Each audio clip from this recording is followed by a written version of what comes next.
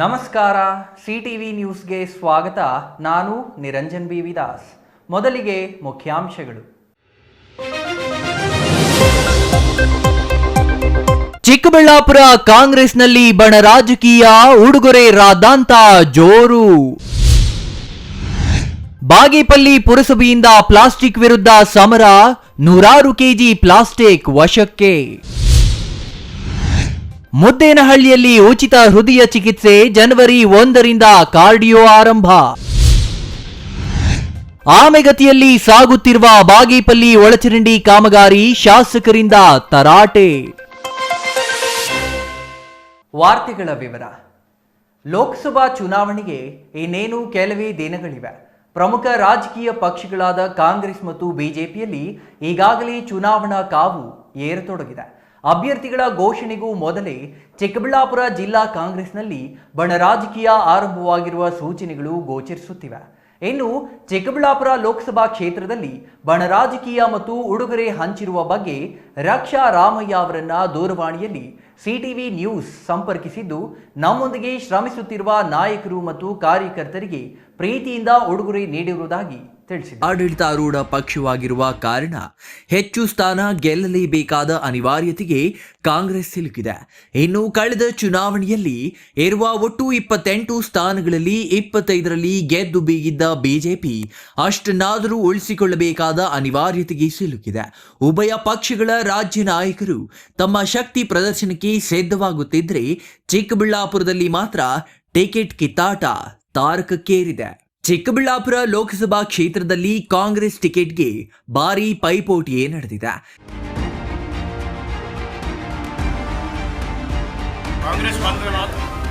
ಕಾಂಗ್ರೆಸ್ನಲ್ಲಿ ಒಂದೇ ವರ್ಗ ಇದೆ, ಅದು ಕಾಂಗ್ರೆಸ್ ವರ್ಗ. ಈ ಪೈಪೋಟಿ ಮಾಜಿ ಸಂಸದ ಎಂ ವೀರಪ್ಪ ಮೊಯ್ಲಿ ಮತ್ತು ಯುವ ಕಾಂಗ್ರೆಸ್ ರಾಷ್ಟ್ರೀಯ ಪ್ರಧಾನ ಕಾರ್ಯದರ್ಶಿ ರಕ್ಷಾ ರಾಮಯ್ಯ ಹೆಸರಿನಲ್ಲಿ ಪ್ರತ್ಯೇಕ ಬಣಗಳನ್ನು ಸೃಷ್ಟಿಸುವಲ್ಲಿ ಯಶಸ್ವಿಯಾಗಿದ್ದು, ಕಾರ್ಯಕರ್ತರು ತಲಾ ಒಬ್ಬರನ್ನ ಬೆಂಬಲಿಸುವ ಸ್ಥಿತಿಗೆ ತಂದು ನಿಲ್ಲಿಸಿದೆ. ಈ ನಡುವೆ ಹೊಸ ವರ್ಷ ಮತ್ತು ಸಂಕ್ರಾಂತಿ ಹಬ್ಬದ ಹೆಸರಿನಲ್ಲಿ ರಕ್ಷಾ ರಾಮಯ್ಯ ಚಿಕ್ಕಬಳ್ಳಾಪುರ ಲೋಕಸಭಾ ಕ್ಷೇತ್ರ ವ್ಯಾಪ್ತಿಯ 8 ವಿಧಾನಸಭಾ ಕ್ಷೇತ್ರಗಳಲ್ಲಿನ ಬ್ಲಾಕ್ ಕಾಂಗ್ರೆಸ್ನ ಆಯ್ದ ಪದಾಧಿಕಾರಿಗಳಿಗೆ ಮತ್ತು ನಗರ ಸ್ಥಳೀಯ ಸಂಸ್ಥೆಗಳ ಕಾಂಗ್ರೆಸ್ ಸದಸ್ಯರಿಗೆ 32 ಇಂಚಿನ LED ಟಿವಿ, ಸಿಹಿ ಪೊಟ್ಟಣವನ್ನ ಉಡುಗೊರೆಯಾಗಿ ನೀಡಿದ್ದಾರೆ. ರಕ್ಷಾ ರಾಮಯ್ಯ ಅವರ ಈ ಉಡುಗೊರೆ ವಿತರಣೆ ಪಕ್ಷದೊಳಗೆ ತೀವ್ರ ಚರ್ಚೆಗೆ ಕಾರಣವಾಗಿದೆ. ರಕ್ಷಾ ರಾಮಯ್ಯ ಅವರ ನಡೆಗೆ ಮಾಜಿ ಸಂಸದ ಎಂ ವೀರಪ್ಪ ಮೊಯ್ಲಿ ಪರೋಕ್ಷವಾಗಿ ಅಸಮಾಧಾನ ವ್ಯಕ್ತಪಡಿಸಿದ್ದಾರೆ. ಯಾರಿಗೆ ಆಮಿಷ ಕೊಡ್ತಾರೆ ನನಗಿಲ್ಲ, ಮಾಹಿತಿ ಇಲ್ಲ, ಅವ್ರ ಹತ್ರನೇ ಕೇಳಿ. ಪ್ರತಿಸ್ಪರ್ಧೆ ಏನಿಲ್ಲ, ನಾನು ಯಾರ ಜೊತೆ ಕೂಡ ಸ್ಪರ್ಧೆಗೆ ಇಲ್ಲ. ಜನ ಅಪೇಕ್ಷೆ ಮಾಡಿದರೆ, ಪಕ್ಷ ಅಪೇಕ್ಷೆ ಪಟ್ಟರೆ ನಾನು ನಿಲ್ತೇನೆ. ಆದ್ದರಿಂದ ಸ್ಪರ್ಧೆಗೆ ಇಲ್ಲ ನಾನು, ಅರ್ಥ ಆಯ್ತಲ್ಲ.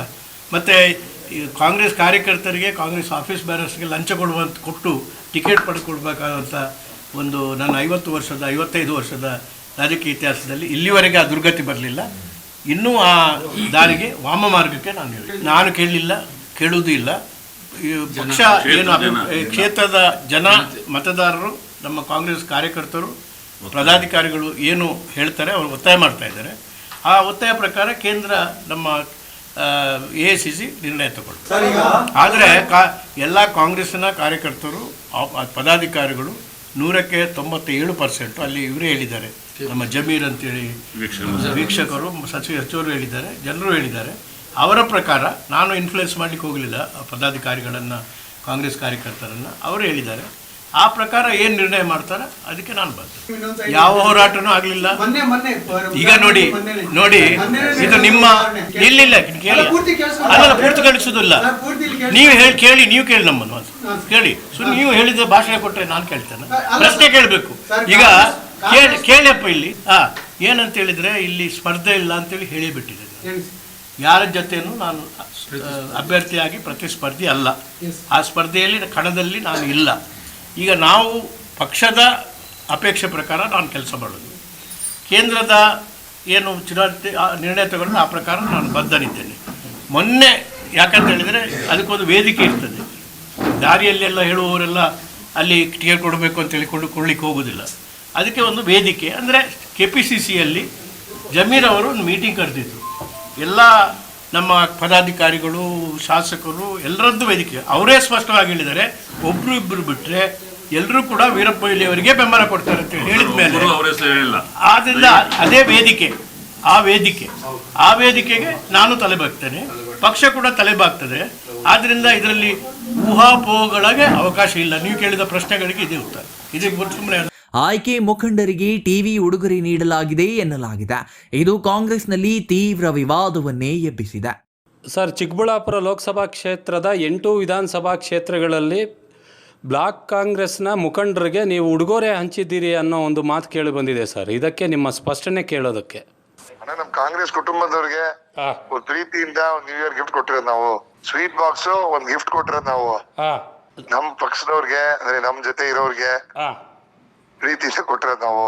ಓಕೆ, ಈಗ ನೆಕ್ಸ್ಟ್ ನಿಮ್ಮ ಅಜೆಂಡಾ ಅಂದರೆ ಲೋಕಸಭಾ ಕ್ಷೇತ್ರ ಚಿಕ್ಕಬಳ್ಳಾಪುರದಲ್ಲಿ ನೀವು ನೆಕ್ಸ್ಟ್ ಏನು ನಿಮ್ಮ ವಿಷನ್ ಏನಿದೆ ಅನ್ನೋದ್ರ ಬಗ್ಗೆ ಸ್ವಲ್ಪ ಹೇಳ್ಬಿಡಿ ಸರ್. ಇವಾಗ ನಾವು ಚಿಕ್ಕಬಳ್ಳಾಪುರ ಪಾರ್ಲಿಮೆಂಟ್ ಅಲ್ಲಿ ಬರೋ 8 ಅಸೆಂಬ್ಲಿಗಳನ್ನು ಕಾಂಗ್ರೆಸ್ ಬಾವುಟ ಎಲ್ಲಾ ಕಡೆಯಿಂದ ಹಾರಬೇಕು. ಎಲ್ಲ ನಮ್ಮ ಯುವಕರಿಗೆ 100% ಎಂಪ್ಲಾಯ್ಮೆಂಟ್ ಗಳಾಗಬೇಕು. ನಮ್ಮ ಲೇಕ್ ಡೆವಲಪ್ಮೆಂಟ್ ಗಳಾಗಬೇಕು. ನಮ್ಮ ವಾಟರ್ ಡೆವಲಪ್ಮೆಂಟ್ ಗಳಾಗಬೇಕು. ಪ್ರತಿಯೊಂದು ಜಿಲ್ಲೆಯಲ್ಲೂ ಪ್ರತಿಯೊಂದು ತಾಲೂಕಲ್ಲೂ ಪ್ರೈವೇಟ್ ಕಾಲೇಜ್ಗಳು ಬರ್ಬೇಕು, ಗೌರ್ಮೆಂಟ್ ಕಾಲೇಜ್ಗಳು ಬರ್ಬೇಕು, ಗೌರ್ಮೆಂಟ್ ಸ್ಕೂಲ್ಗಳು ಬರ್ಬೇಕು. ಪ್ರತಿಯೊಂದು ತಾಲೂಕಲ್ಲೂ ಗೌರ್ಮೆಂಟ್ ಹಾಸ್ಪಿಟಲ್ಗಳು ಬರ್ಬೇಕು. ಇನ್ನ ಹೆಚ್ಚಾಗಿ ಪ್ರೈವೇಟ್ ಹಾಸ್ಪಿಟಲ್ಗಳು ಬರ್ಬೇಕು. ಅಂದ್ರೆ ಇಂಡಸ್ಟ್ರಿಯಲೈಸೇಷನ್ ಬರೀ ಒಂದ್ 2-3 ಅಸೆಂಬ್ಲಿ ಮಾತ್ರ ಅಲ್ಲ, ಎಲ್ಲಾ ಅಸೆಂಬ್ಲಿಗಳು ಇಂಡಸ್ಟ್ರಿಗಳು ಬರ್ಬೇಕು, ಕೆಲಸದ ಆಪರ್ಚುನಿಟಿಗಳು ಬರ್ಬೇಕು. ಶಿಕ್ಷಣ, ಆರೋಗ್ಯ ಮತ್ತು ಉದ್ಯೋಗ ಎಸ್, ಮತ್ತೆ ಹೆಲ್ತ್ ಕೇರ್. ಇದು ನಮ್ಮ ಮೇನ್ ಅಜೆಂಡಾ. ಯುವಕರ ಡೆವಲಪ್ಮೆಂಟ್, ಆಲ್ ರೌಂಡ್ ಡೆವಲಪ್ಮೆಂಟ್ ಇರಬೇಕು. ಬರೀ ಓದೋದ್ರಲ್ಲ, ಸ್ಪೋರ್ಟ್ಸ್ ಅಲ್ಲೂ ಇರಬೇಕು, ರೆಕ್ರಿಯೇಷನ್ ಅಲ್ಲೂ ಇರಬೇಕು, ಪೊಲಿಟಿಕಲ್ ಆಗೂ ಇರಬೇಕು. Okay, yes sir. ಮತ್ತೆ ಈಗ ಇಲ್ಲಿ ಭಿನ್ನಮತ ಅಂತ ಒಂದು ಕೂಗೆಬ್ಬಿದೆ, ಅದರ ಬಗ್ಗೆ ಒಂದು ಸ್ಪಷ್ಟನೆ ಕೊಟ್ಬಿಡಿ ಸರ್. ಅಂದ್ರೆ ವೀರಪ್ಪ ಮೊಯ್ಲಿ ಅವರು ಬಣ ಮತ್ತೆ ರಕ್ಷಾರಾಮಯ್ಯ ಅವರು ಬಣ ಅಂತ ಪ್ರತ್ಯೇಕ ಆಗಿ ಒಂದು ಇದು. ರಕ್ಷಾರಾಮಯ್ಯ ಅವ್ರ ಬಣನೂ ವೀರಪ್ಪ ಮೊಯ್ಲಿ ಅವರಿಗೆ ಕೆಲಸ ಮಾಡೋದು. ಸರ್, ಯಾರಿಗೆ ಟಿಕೆಟ್ ಬರುತ್ತೋ ಕಾಂಗ್ರೆಸ್ ಪಕ್ಷದಿಂದ ನಾವೆಲ್ಲರೂ ಅವ್ರಿಗೆ ಮಾಡೋದು. ಸರ್, ಅವರು ಒಂದು ಮಾತು ಹೇಳಿದ್ದಾರೆ, ನಾನು ಕೊಂಡುಕೊಳ್ಳೋದಿಲ್ಲ ಅಂದರೆ ಪರೋಕ್ಷವಾಗಿ ನಿಮಗೇನೋ ನೀವು ಟಿಕೆಟ್ ಖರೀದಿ ಮಾಡ್ತೀರಿ ಅನ್ನೋ ರೀತಿಯಲ್ಲಿ ಮಾತಾಡಿದ್ದಾರೆ ಸರ್ ಮೊಯ್ಲಿ ಅವರು. ಅದೇನೋ ಅವ್ರ ಎಕ್ಸ್ಪೀರಿಯನ್ಸ್ ಅಲ್ಲಿ ದುಡ್ಡು ಕೊಟ್ರೆ ಆಗತ್ತೆ ಅಂತ ಅವ್ರ ಎಕ್ಸ್ಪೀರಿಯನ್ಸ್ ಇರ್ಬೇಕು. ನಮ್ಗೆ ಎಕ್ಸ್ಪೀರಿಯನ್ಸ್ ಗೊತ್ತಿಲ್ಲ. ಸರ್, ನಾವು ಪ್ರೀತಿಯಿಂದ ನಾವು ಕೊಟ್ಟಿರೋದು. Sir, okay sir, thank you. Thank you. Chikkaballapur Lok Sabha ಕ್ಷೇತ್ರದ ಕಾಂಗ್ರೆಸ್ನ ಈ ಚಟುವಟಿಕೆಗಳು ಎಂ ವೀರಪ್ಪ ಮೊಯ್ಲಿ ಬಣ ಮತ್ತು ರಕ್ಷಾರಾಮಯ್ಯ ಬಣ ಎಂದು ಪ್ರತ್ಯೇಕವಾಗಿಯೇ ವಿಭಜನೆಯಾಗಲು ಕಾರಣವಾಗಿದೆ. ರಕ್ಷಾರಾಮಯ್ಯ ಅವರು ಎಂಎಸ್ ರಾಮಯ್ಯ ಯೂತ್ ಫೌಂಡೇಶನ್ ಮೂಲಕ ಕಾರ್ಯಕ್ರಮಗಳನ್ನು ಸಂಘಟಿಸುತ್ತಿದ್ದಾರೆ, ಉಡುಗೊರೆಗಳನ್ನು ಹಂಚುತ್ತಿದ್ದಾರೆ. ಮತ್ತೊಂದು ಕಡೆ 2 ಬಾರಿ ಸಂಸದರಾಗಿರುವ ವೀರಪ್ಪ ಮೊಯ್ಲಿ ಕ್ಷೇತ್ರ ವ್ಯಾಪ್ತಿಯಲ್ಲಿ ತಮಗೆ ಇರುವ ಸಂಪರ್ಕ ಜಾಲದ ಮೂಲಕ ಕಾರ್ಯಕ್ರಮಗಳನ್ನು ನಡೆಸುತ್ತಿದ್ದಾರೆ. ಅಭ್ಯರ್ಥಿಗಳ ಬಗ್ಗೆ ಮುಖಂಡರ ಅಭಿಪ್ರಾಯ ಆಲಿಸಲು ಲೋಕಸಭಾ ಕ್ಷೇತ್ರದ ವೀಕ್ಷಕ ಸಚಿವ ಜಮೀರ್ ಅಹಮದ್ ಡಿಸೆಂಬರ್ 1ರಂದು ಬೆಂಗಳೂರಿನ ಕೆಪಿಸಿಸಿ ಕಚೇರಿಯಲ್ಲಿ ಚಿಕ್ಕಬಳ್ಳಾಪುರ ಲೋಕಸಭಾ ಕ್ಷೇತ್ರಕ್ಕೆ ಸಂಬಂಧಿಸಿ ಸಭೆ ನಡೆಸಿದ್ರು. ಆ ಸಭೆಯಲ್ಲಿ ಮೊಯ್ಲಿ ಹಾಗೂ ರಕ್ಷಾರಾಮಯ್ಯ ಬೆಂಬಲಿಗರ ನಡುವೆ ಪರಸ್ಪರ ಘೋಷಣೆಗಳು, ಜಟಾಪಟಿಯೂ ನಡೆದಿತ್ತು ಎನ್ನಲಾಗಿದೆ. ಆ ಸಭೆಯ ನಂತರ ಕ್ಷೇತ್ರದ ಕಾಂಗ್ರೆಸ್ನ ಟಿಕೆಟ್ ವಿಚಾರವಾಗಿ ಮುಖಂಡರ ನಡುವೆ ಗುಂಪುಗಳು ಏರ್ಪಟ್ಟಿವೆ. ಜೊತೆಗೆ ಕಳೆದ ವಿಧಾನಸಭಾ ಚುನಾವಣೆ ವೇಳೆ ಕೆಲ ಕಾಂಗ್ರೆಸ್ ಮುಖಂಡರು ತಮ್ಮ ವಿರುದ್ಧ ಕೆಲಸ ಮಾಡಿದ್ದಾರೆ ಎಂದು ಶಾಸಕ ಪ್ರದೀಪ್ ಈಶ್ವರ್ ಅವರು ಬಹಿರಂಗವಾಗಿಯೇ ಆರೋಪಿಸಿದ್ರು. ಅಷ್ಟೇ ಅಲ್ಲ, ಅಂತಹ ನಾಯಕರ ವಿರುದ್ಧ ಪಕ್ಷದ ಹೈಕಮಾಂಡ್ಗೆ ಕ್ರಮಕ್ಕೆ ಆಗ್ರಹಿಸಿ ದೂರು ಸಲ್ಲಿಸಲಾಗಿದೆ ಎಂದು ಶಾಸಕರು ಹೇಳಿದ್ರು. ಸಾಲದೆಂಬಂತೆ ಅಂತಹ ನಾಯಕರಿಂದ ಶಾಸಕರು ಅಂತರವನ್ನು ಕಾಯ್ದುಕೊಂಡು ಬರುತ್ತಿದ್ದಾರೆ ಎಂಬ ಆರೋಪಗಳು ಇನ್ನೂ ಇವೆ. ಅಲ್ಲದೆ ಕಾರ್ಯಕ್ರಮವೊಂದರಲ್ಲಿ ಮಾತನಾಡಿದ ಶಾಸಕ ಪ್ರದೀಪ್ ಈಶ್ವರ್ ವೀರಪ್ಪ ಮೊಯ್ಲಿ ಅವರನ್ನ ಗೆಲ್ಲಿಸಿಕೊಂಡು ಬರುವುದಾಗಿ ಘೋಷಣೆಯನ್ನು ಮಾಡಿದ್ರು. ಆದರೆ ಶಾಸಕರು ಕೆಲವೇ ದಿನಗಳಲ್ಲಿ ತಮ್ಮ ಮಾತು ಬದಲಿಸಿ ಯಾರೇ ಕಾಂಗ್ರೆಸ್ ಅಭ್ಯರ್ಥಿಯಾಗಲಿ ಅವರನ್ನ ಗೆಲ್ಲಿಸಲು ಶ್ರಮಿಸುವುದಾಗಿ ಹೇಳಿದ್ರು. ಇನ್ನು ಕಾಂಗ್ರೆಸ್ ಮಹಿಳಾ ಮುಖಂಡೆ ಮಮತಾ ಮೂರ್ತಿ ಅವರು ಬಹಿರಂಗವಾಗಿಯೇ ಕಾಂಗ್ರೆಸ್ ಟಿಕೆಟ್ ಯುವಕರಿಗೆ ನೀಡಬೇಕು ಎಂದು ಹೇಳುವ ಮೂಲಕ ಪರೋಕ್ಷವಾಗಿ ರಕ್ಷಾರಾಮಯ್ಯ ಅವರನ್ನ ಬೆಂಬಲಿಸಿದ್ದಾರೆ. ಇವರಿಬ್ಬರ ನಡುವೆ ಗೌರಿಬಿದನೂರು ಮಾಜಿ ಶಾಸಕ ಎನ್ಎಚ್ ಶಿವಶಂಕರ್ ರೆಡ್ಡಿ ಅವರು ಚಿಕ್ಕಬಳ್ಳಾಪುರ ಲೋಕಸಭಾ ಕ್ಷೇತ್ರದ ಕಾಂಗ್ರೆಸ್ ಟಿಕೆಟ್ ಆಕಾಂಕ್ಷಿಯಾಗಿರುವುದಾಗಿ ಘೋಷಿಸಿದ್ದಾರೆ. ಒಟ್ಟಿನಲ್ಲಿ ಚಿಕ್ಕಬಳ್ಳಾಪುರ ಲೋಕಸಭಾ ಕ್ಷೇತ್ರದ ಟಿಕೆಟ್ ವಿಚಾರದಲ್ಲಿ ಆಂತರಿಕ ಭಿನ್ನಮತ ತೀವ್ರ ರೂಪ ತಾಳಿದ್ದು, ಇದು ಪಕ್ಷಕ್ಕೆ ಮಾರಕವಾಗಲಿದೆಯೇ ಅಥವಾ ಪೂರಕವಾಗಲಿದೆಯೇ ಎಂಬುದು ಚುನಾವಣಾ ಫಲಿತಾಂಶದಲ್ಲೇ ತಿಳಿಯಲಿದೆ. Jangalahalli Ashwath, CTV news, Chikkaballapur. Plastic ಬಳಕೆ ಮತ್ತು ಮಾರಾಟ ನಿಯಂತ್ರಿಸಲು ಬಾಗೇಪಲ್ಲಿ ಪುರಸಭೆ ಮುಖ್ಯಾಧಿಕಾರಿ ರುದ್ರಮ್ಮ ಶರಣಪ್ಪ ಮತ್ತು ಸಿಬ್ಬಂದಿ ಪಟ್ಟಣದಲ್ಲಿ ಅಂಗಡಿಗಳ ಮೇಲೆ ದಾಳಿ ನಡೆಸಿ ಅಪಾರ ಪ್ರಮಾಣದ ಪ್ಲಾಸ್ಟಿಕ್ ವಶಪಡಿಸಿಕೊಂಡಿದ್ದಾರೆ.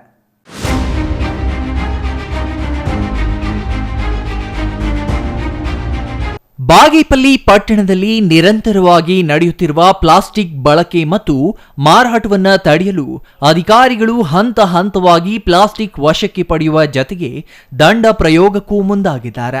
ಬಾಗೇಪಲ್ಲಿ ಪಟ್ಟಣದಲ್ಲಿರುವ ಅಂಗಡಿ ಹಾಗೂ ವಾಣಿಜ್ಯ ಕೇಂದ್ರಗಳ ಮೇಲೆ ಕಾರ್ಯಾಚರಣೆ ನಡೆಸಿ 1 ಕ್ವಿಂಟಲ್ಗೂ ಹೆಚ್ಚಿನ ಪ್ರಮಾಣದ ಪ್ಲಾಸ್ಟಿಕ್ ಕವರ್, ಗ್ಲಾಸ್ ಸೇರಿದಂತೆ ಮತ್ತಿತರ ಪರಿಕರಗಳನ್ನು ವಶಕ್ಕೆ ಪಡೆದಿದ್ದಾರೆ. ಈ ಕುರಿತು ಬಾಗೇಪಲ್ಲಿ ಪುರಸಭೆ ಮುಖ್ಯಾಧಿಕಾರಿ ರುದ್ರಮ್ಮ ಶರಣಪ್ಪ ಮಾತನಾಡಿ, ವರ್ತಕರು ಹಾಗೂ ಸಾರ್ವಜನಿಕರ ಗಮನ ಸೆಳೆಯಲು ಪುರಸಭೆಯಿಂದ ಕಳೆದ 5 ತಿಂಗಳಿಂದ ಪ್ರಚಾರ ಕೈಗೊಳ್ಳಲಾಗಿದೆ. ಆದರೂ ಪ್ಲಾಸ್ಟಿಕ್ ಬಳಕೆ ಮತ್ತು ಮಾರಾಟ ನಿರಂತರವಾಗಿ ನಡೆಯುತ್ತಲೇ ಇದೆ. ಸಾರ್ವಜನಿಕರು ಹಾಗೂ ವರ್ತಕರಿಂದ ನಿರೀಕ್ಷಿತ ಮಟ್ಟದಲ್ಲಿ ಸ್ಪಂದನೆ ಸಿಗುತ್ತಿಲ್ಲ ಎಂದು ವಿಷಾದ ವ್ಯಕ್ತಪಡಿಸಿದರು. ಇನ್ನು ಮುಂದೆ ಕಾನೂನು ಉಲ್ಲಂಘಿಸುವವರ ವಿರುದ್ಧ ಕಠಿಣ ಕ್ರಮ ಜರುಗಿಸಲು ಗಂಭೀರ ಚಿಂತನೆ ನಡೆಸಲಾಗಿದೆ. ಪುರಸಭೆ ವ್ಯಾಪ್ತಿಯಲ್ಲಿ ಪ್ಲಾಸ್ಟಿಕ್ ವಸ್ತುಗಳ ತಯಾರಿಕೆ, ಮಾರಾಟ, ಬಳಕೆ, ದಾಸ್ತಾನು ಇಡುವುದು, ಸಾಗಿಸುವುದನ್ನು ಕಡ್ಡಾಯವಾಗಿ ನಿಷೇಧಿಸಲಾಗಿದೆ. ಬಾಗೇಪಲ್ಲಿ ಪುರಸಭೆಯನ್ನ ಸಂಪೂರ್ಣ ಪ್ಲಾಸ್ಟಿಕ್ ಮುಕ್ತ ಪಟ್ಟಣವನ್ನಾಗಿಸಲು ಪ್ಲಾಸ್ಟಿಕ್ ಬಳಕೆ ಮತ್ತು ಮಾರಾಟ ಮಾಡುವ ಅಂಗಡಿ ಹಾಗೂ ಸರಕು ಸಾಗಣೆ ವಾಹನಗಳ ಮೇಲೆ ದಾಳಿ ಮುಂದುವರಿಸಲಾಗುತ್ತದೆ ಎಂದರು. ಸರ್ಕಾರದ ಅಧಿಸೂಚನೆ ಹಾಗೂ ಕಾಯ್ದೆ ರೀತಿಯ ಪ್ಲಾಸ್ಟಿಕ್ ಕ್ಯಾರಿ ಬ್ಯಾಗ್, ಪ್ಲಾಸ್ಟಿಕ್ ಭಿತ್ತಿಪತ್ರ ಸೇರಿದಂತೆ ಪ್ಲಾಸ್ಟಿಕ್ ಮೈಕ್ರೋ ಬೀಡ್ಸ್ನಿಂದ ತಯಾರಿಸಿದ ವಸ್ತುಗಳು ಮಾರಾಟ ಮತ್ತು ಬಳಕೆ ಸಂಪೂರ್ಣ ನಿಷೇಧಿಸಲ್ಪಟ್ಟಿದೆ. ನಿಯಮಗಳ ಉಲ್ಲಂಘನೆ ಮಾಡಿದಲ್ಲಿ ದಂಡ ಹಾಗೂ ನ್ಯಾಯಾಲಯದಲ್ಲಿ ದಾವೆ ಹೂಡಲಾಗುವುದು ಎಂದು ಮುಖ್ಯಾಧಿಕಾರಿ ರುದ್ರಮ್ಮ ಶರಣಪ್ಪ ತಿಳಿಸಿದರು. 6 ತಿಂಗಳಿಂದ ರೈಡ್ ಮಾಡ್ತಾ ಇದ್ದೀವಿ. ಇಲ್ಲಿವರೆಗೂ 1310 kg ರೈಡ್ ಮಾಡಿದ್ದೀವಿ ಏಕಬಳಕೆ ಪ್ಲಾಸ್ಟಿಕ್ನ. ಇವತ್ತು 60 kg ರೈಡ್ ಮಾಡಿದ್ದೀವಿ. ಆವತ್ತಿಂದ ಅವೇರ್ನೆಸ್ ಮಾಡ್ತಾ ಇದ್ದೀವಿ, ಏಕಬಳಕೆ ಪ್ಲಾಸ್ಟಿಕ್ನ ಯಾರು ಬಳಸಬೇಡಿ. ಆಮೇಲೆ ಚಿಕ್ಕಬಳ್ಳಾಪುರ ಜಿಲ್ಲೆನ ಪ್ಲಾಸ್ಟಿಕ್ ಮುಕ್ತ ಜಿಲ್ಲೆಯನ್ನಾಗಿ ಮಾಡಬೇಕು ಅಂತ ಮಾನ್ಯ ಉಸ್ತುವಾರಿ ಸಚಿವರು ಮತ್ತು ಮಾನ್ಯ ಶಾಸಕರು ಪ್ರತಿ ತಿಂಗಳು ಸಭೆ ಮಾಡ್ತಾ ಇದ್ದಾರೆ. ಮೊನ್ನೆ KDP ಮೀಟಿಂಗಲ್ಲಿ ಈ ವಿಷಯ ಸ್ವಲ್ಪ ಗಂಭೀರವಾಗಿ ಚರ್ಚೆ ಆಯಿತು. ಈಗಾಗಲೇ ಬಳಸ್ತಾ ಇಲ್ಲ ಸುಮಾರು ಅಂಗಡಿಗಳಲ್ಲಿ, ಆದರೂ ಕೂಡ ವರ್ತಕರು ನಾವೆಷ್ಟೇ ಅವರಿಗೆ ಎಚ್ಚರಿಕೆ ನೀಡಿದರೂ ಕೂಡ ಪ್ಲಾಸ್ಟಿಕ್ನ ತಂದು ಬಳಸ್ತಾ ಇದ್ದಾರೆ. ನಾವು ಪದೇ ವೀಕ್ಲಿ 1-2-3 ಸತಿ ಆದರೂ ರೈಡ್ ಮಾಡ್ತಾ ಇರ್ತೀವಿ, ಪೆನಲ್ಟಿ ಆಗ್ತಾ ಇರ್ತೀವಿ. ಅದಕ್ಕೆ ಬಾಗೇಪಲ್ಲಿ ಸಾರ್ವಜನಿಕರಲ್ಲಿ ಮತ್ತು ವರ್ತಕರಲ್ಲಿ ನಾನು ಮನವಿ ಮಾಡ್ಕೊಳ್ಳೋದೇನೆಂದರೆ, ಬರೀ ಅಧಿಕಾರಿಗಳು ರೈಡ್ ಮಾಡ್ತೀವಿ, ದಂಡ ಹಾಕ್ತೀವಿ, ಆದರೂ ಕೂಡ ಎಲ್ಲಿಂದನೂ ತಂದು ಪ್ಲಾಸ್ಟಿಕ್ನ ಬಳಸ್ತಾ ಇದ್ದಾರೆ. ಪರಿಸರಕ್ಕೆ ಮತ್ತು ಏನು ಮನುಷ್ಯನ ಆರೋಗ್ಯಕ್ಕಿರಲಿ, ದನ ಕರುಗಳಿಗಿರಲಿ, ಇದರಿಂದ ರೋಗ ರುಜಿನಗಳೆಲ್ಲ ಬರುತ್ತೆ. ಈ ದನಗಳು ಅಥವಾ ಹಸು ಆಗಲಿ, ಕರು ಆಗಲಿ, ಯಾವುದು ರೈಸೋ ಏನಾದರೂ ಪ್ಲಾಸ್ಟಿಕ್ಕಲ್ಲಿ ಇಟ್ಟು ಎಸಿತಾರೆ, ಅದನ್ನು ತಿಂದರೆ ಅದು ಸತ್ತೇ ಹೋಗುತ್ತೆ, ಹೊಟ್ಟೆಲಿ ಹೋಗಿ ಆ ಥರ ಎಲ್ಲ ಆಗುತ್ತೆ. ಆದ್ದರಿಂದ ಬಾಗೇಪಲ್ಲಿ ಸಾರ್ವಜನಿಕರಲ್ಲಿ ನಾನು ಮನವಿ ಮಾಡೋದೇನೆಂದರೆ, ಅಂಗಡಿ ವರ್ತಕರು ಯಾರು ಪ್ಲಾಸ್ಟಿಕ್ನ ದಾಸ್ತಾನು ಮಾಡಬೇಡಿ, ಮಾರಾಟನೂ ಮಾಡಬೇಡಿ. ಸಾರ್ವಜನಿಕರು ಅಷ್ಟೇ, ಪ್ಲಾಸ್ಟಿಕ್ಕಲ್ಲಿ ಯಾವುದೇ ವಸ್ತುನ ತೆಗೆದುಕೊಂಡು ಹೋಗಬೇಡಿ. ಊಟ ಆಗಲಿ, ಜ್ಯೂಸ್ ಆಗಲಿ ಯಾವುದು ತೆಗೆದುಕೊಂಡು ಹೋಗಬೇಡಿ. ಇನ್ಮೇಲೆ ಸಾರ್ವಜನಿಕರ ಕೈಯಲ್ಲಿ ಪ್ಲಾಸ್ಟಿಕ್ ಅಂದರೆ ಅವ್ರಿಗೂ ಕೂಡ ದಂಡ ಹಾಕುವಂಥ. ಇನ್ನು ಈ ಸಂದರ್ಭದಲ್ಲಿ ಆರೋಗ್ಯ ನಿರೀಕ್ಷಕಿ ಅರ್ಚನಾ, ಇನಾಯತುಲ್ಲಾ ಖಾನ್, ಮಹಮ್ಮದ್ ಫೀರ್, ರಮೇಶ್, ಕೃಷ್ಣಪ್ಪ, ಅಮರನಾರಾಯಣ ಇನ್ನೂ ಹಲವರು ಹಾಜರಿದ್ದರು. Subbu, CTV news, Bagepalli.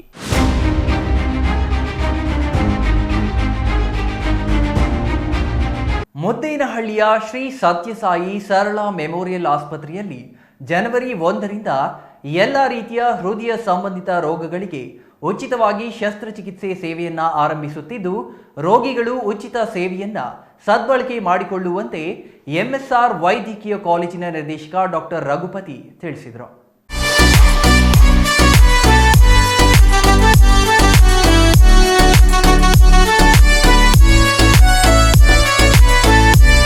ಮುದ್ದೇನಹಳ್ಳಿಯ ಶ್ರೀ ಮಧುಸೂದನ ಸಾಯಿ ಆರೋಗ್ಯ ವಿಜ್ಞಾನ ಸಂಸ್ಥೆಯ ಬೋಧನಾ ಭವನದಲ್ಲಿ ಹಮ್ಮಿಕೊಂಡಿದ್ದ ಸುದ್ದಿಗೋಷ್ಠಿಯಲ್ಲಿ ಮಾತನಾಡಿ, ಹೃದಯ ಕಾಯಿಲೆಯು ಹೊರೆಯಾಗಿದ್ದು ಸಾಕಷ್ಟು ಮಂದಿ ಸಕಾಲಕ್ಕೆ ಅಗತ್ಯ ಚಿಕಿತ್ಸೆ ಸಿಗದೆ ಅಕಾಲಿಕ ಮರಣವನ್ನ ಹೊಂದುತ್ತಿದ್ದಾರೆ.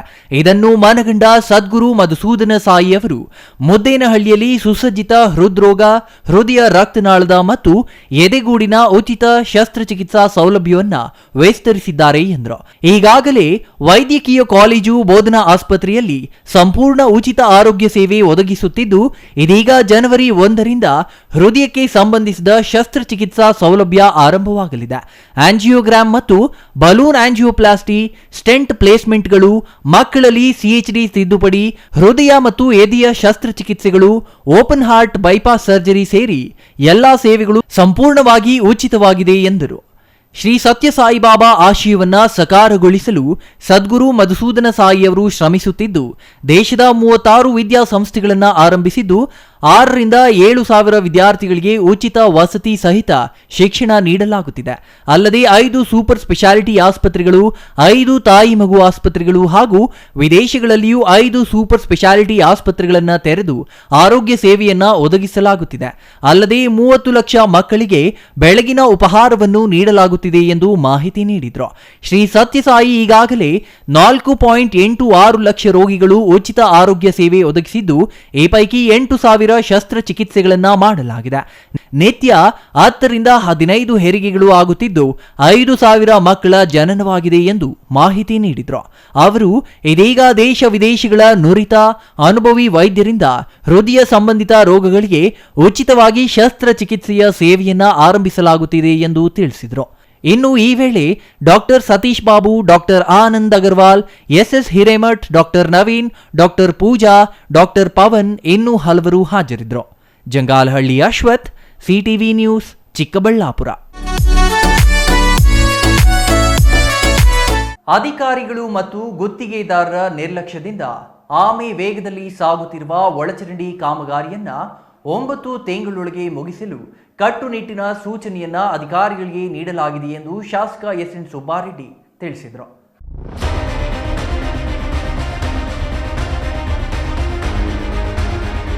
ಬಾಗೇಪಲ್ಲಿಯ ವಿವಿಧ ಕಡೆ ಅಧಿಕಾರಿಗಳೊಂದಿಗೆ ಒಳಚರಂಡಿ ಕಾಮಗಾರಿ ವೀಕ್ಷಿಸಿದ ನಂತರ ಅಧಿಕಾರಿಗಳ ಸಭೆ ನಡೆಸಿ ಸುದ್ದಿಗಾರರೊಂದಿಗೆ ಮಾತನಾಡಿದ SN ಸುಬ್ಬಾರೆಡ್ಡಿ ಅವರು 2012ರಲ್ಲಿ ಒಳಚರಂಡಿ ಕಾಮಗಾರಿ ಪ್ರಾರಂಭಿಸಲಾಯಿತು.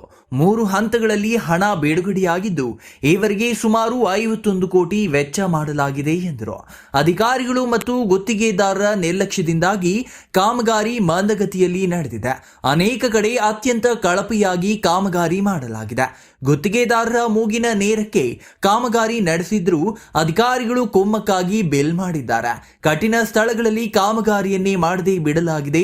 ಇವೆಲ್ಲ ವಿಚಾರಗಳನ್ನ KDP ಸಭೆಯಲ್ಲಿ ಉಸ್ತುವಾರಿ ಸಚಿವರ ಗಮನಕ್ಕೆ ತಂದಿದ್ದು ಎಂದು ಒಳಚರಂಡಿ ಅಧಿಕಾರಿಗಳು ಸ್ಥಳಕ್ಕೆ ಆಗಮಿಸಿದ್ದಾರೆ. ಸುಲಭವಾಗಿ ಆಗುವ ಕಾಮಗಾರಿ ಮುಗಿಸಿ ಕಠಿಣ ಎಂದ ಕಡೆ ಬೇಟಿರುವ ಗುತ್ತಿಗೆದಾರನಿಗೆ ಬಿಲ್ ಮಾಡಿರುವುದಕ್ಕೆ ಮುಖ್ಯ ಇಂಜಿನಿಯರ್ ಚಂದ್ರಪ್ಪಗೆ ತರಾಟೆಗೆ ತೆಗೆದುಕೊಂಡರು.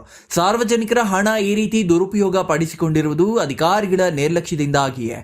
STP ಪ್ಲಾಂಟ್ ಕಾಮಗಾರಿ 90% ಮುಗಿದಿದ್ದು ಈಗಾಗಲೇ ಟ್ರಯಲ್ ರನ್ ಮಾಡಲಾಗಿದೆ. ಈಗ ನ್ಯಾಷನಲ್ ಕಾಲೇಜು ಕಡೆಯಿಂದ STP ಪ್ಲಾಂಟ್ ವರೆಗೆ ಪರೀಕ್ಷೆ ಮಾಡಬೇಕಾಗಿದ್ದು ಅದಕ್ಕೆ 10 ಲಕ್ಷ ಹಣದ ಅವಶ್ಯಕತೆ ಇದೆ ಎಂದು ಶಾಸಕರಲ್ಲಿ ಮನವಿ ಮಾಡಿದ ಕೂಡಲೇ ಬಿಡುಗಡೆಗೊಳಿಸುವಂತೆ ಪುರಸಭೆ ಮುಖ್ಯಾಧಿಕಾರಿಗೆ ದೂರವಾಣಿಯಲ್ಲಿ ಸೂಚಿಸಿದರು. STP ಪ್ಲಾಂಟ್ಗೆ ಸ್ಥಳದ ಸಮಸ್ಯೆ, ಕೆಲ ಕಡೆ ಕಾಮಗಾರಿಗೆ ಕಲ್ಲುಗಳು ಅಡ್ಡಿಯಾಗುವ ಜೊತೆಗೆ ಅಧಿಕಾರಿ ಗುತ್ತಿಗೆದಾರರ ನಿರ್ಲಕ್ಷ್ಯ ನಿಧಾನಗತಿಗೆ ಕಾರಣವಾಗಿತ್ತು. ಈಗ ಕಾಮಗಾರಿಗೆ ವೇಗ ನೀಡಲಾಗುತ್ತಿದೆ. ಕಾಮಗಾರಿಗೆ ಅವಶ್ಯಕತೆ ಇರುವ 20 ಕೋಟಿ ರೂಪಾಯಿಗಳನ್ನು ಶೀಘ್ರ ಸರ್ಕಾರದಿಂದ ಕೊಡಿಸುತ್ತೇನೆ. ಅವೈಜ್ಞಾನಿಕ ಕಾಮಗಾರಿ ಸರಿಪಡಿಸುವ ಸಾಧ್ಯತೆಗಳ ಬಗ್ಗೆ ಪರಿಶೀಲನೆ ನಡೆದಿದೆ ಎಂದರು. ಶಾಸಕ SN ಸುಬ್ಬಾರೆಡ್ಡಿ ಅವರು ಅಧಿಕಾರಿಗಳೊಂದಿಗೆ ಒಳಚರಂಡಿ ಕಾಮಗಾರಿಗಳನ್ನು ಪರಿಶೀಲನೆ ನಡೆಸುತ್ತಿರುವ ಸಂದರ್ಭದಲ್ಲಿ ಮತ್ತು ನಂತರ ನಡೆದ ಅಧಿಕಾರಿಗಳ ಸಭೆಗೆ ಗೈರು ಹಾಜರಾಗಿದ್ದ ಪುರಸಭೆ ಮುಖ್ಯಾಧಿಕಾರಿ ರುದ್ರಮ್ಮ ಶರಣಯ್ಯರವರ ಕಾರ್ಯವೈಖರಿಗೆ ಶಾಸಕ SN ಸುಬ್ಬಾರೆಡ್ಡಿ ಸಿಟ್ಟು ವ್ಯಕ್ತಪಡಿಸಿದರು. ಮೀಟಿಂಗ್ ಹೆಸರಲ್ಲಿ ಇಂದು ಗೈರು ಹಾಜರಾಗಿದ್ದಾರೆ. ಸಾರ್ವಜನಿಕರಿಂದ ಅವರ ಕಾರ್ಯವೈಖರಿ ಬಗ್ಗೆ ಹೆಚ್ಚಿನ ದೂರುಗಳು ಬಂದಿದ್ದು ಕೂಡಲೇ ಅವರಿಗೆ ಎಚ್ಚರಿಕೆ ನೀಡಲಾಗುವುದು.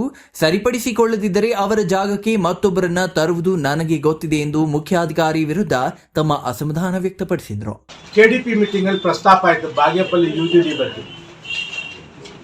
ಅಲ್ಲಾದಾಗ ಇಮಿಡಿಯೇಟ್ ಆಗಿ ಉಸ್ತುವಾರಿ ಸಚಿವರು ಇವ್ರಿಗೆ ಚಂದ್ರಪ್ಪ ಫೋನ್ ಮಾಡಿಬಿಟ್ಟು CEಗೆ ನಾಳೆನೇ ಬಾಗೇಪಲ್ಲಿಗೆ ಹೋಗಬೇಕು, ನಾಳೆನೇ ವಿಸಿಟ್ ಮಾಡಬೇಕು, ಇದರ ಸಾಧ್ಯತೆ ಬಗ್ಗೆ ಮತ್ತು ಏನಾದರೂ ಇದಕ್ಕೆ ಹಣದ ವ್ಯವಸ್ಥೆ ಬಗ್ಗೆ ಇಮಿಡಿಯೇಟ್ ರಿಪೋರ್ಟ್ ಬೇಕು ಅಂದಿದ್ದಕ್ಕೆ ಇವತ್ತೆಲ್ಲ ಅಧಿಕಾರಿಗಳು ಬಂದರು, ಸಮೀಕ್ಷೆ ಮಾಡಿದ್ದೀವಿ.